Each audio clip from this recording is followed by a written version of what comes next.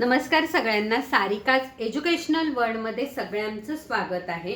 आज आपण इयत्ता 9वी मधील इतिहासातील प्रकरण 4 आर्थिक विकास या प्रकरणातील पुढच्या घटकाचा अभ्यास करणार आहोत।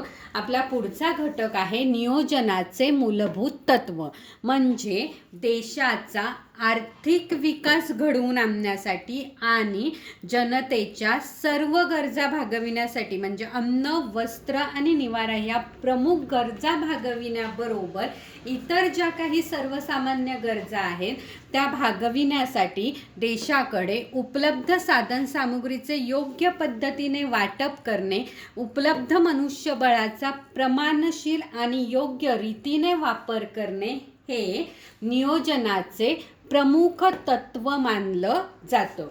त्यासाठी वेगवेगळ्या योजना राबविल्या जातात। आपला पुढचा जो घटक आहे तो म्हणजे योजना राबविण्यासाठी किंवा योजनांची उद्दिष्टे।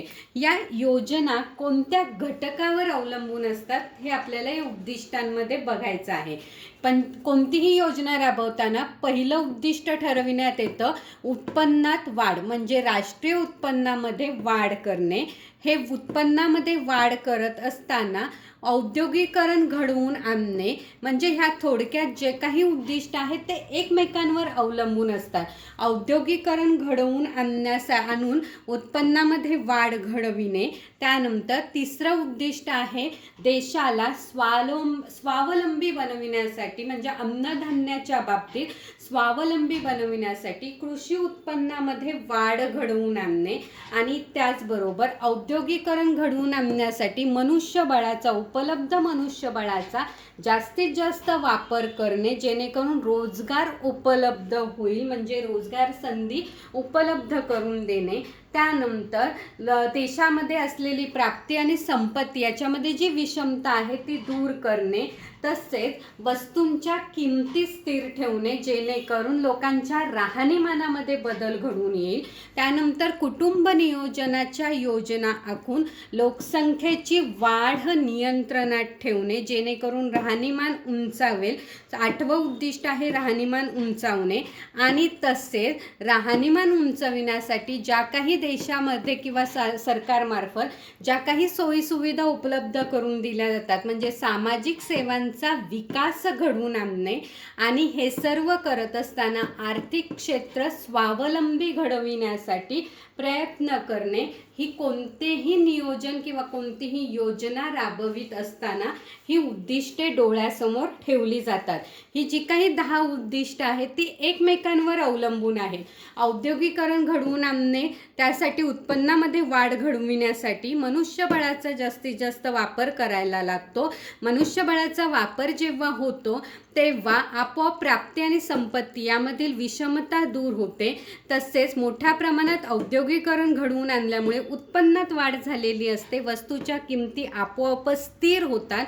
त्यानंतर कुटुंब नियोजनाच्या योजना आखून लोकसंख्या नियंत्रणात ठेवण्यासाठी प्रयत्न केले जातात। लोकसंख्या नियंत्रणात राहिली तर आपोआपच राहणीमान उंचावतं, कारण मोठ्या प्रमाणात उत्पन्नात वाढ झालेली असते, रोजगाराच्या संधी उपलब्ध झालेल्या असतात। त्याचप्रमाणे आणि हे सर्व करत असताना सामाजिक सेवा सुविधा उपलब्ध करून देणे, आर्थिक क्षेत्र स्वावलंबी करणे आणि त्याचप्रमाणे लोकसंख्या नियंत्रणात आल्यानंतर भारत हा कृषी प्रधान देश आहे, त्यामुळे अन्नधान्याच्या उत्पन्नामध्ये वाढ घडविण्यासाठी कृषी उत्पन्नात वाढ करण्यासाठी प्रयत्न केले जातात। थोडक्यात हे जे काही 10 उद्दिष्ट आहेत ते एकमेकांवर अवलंबून आहेत।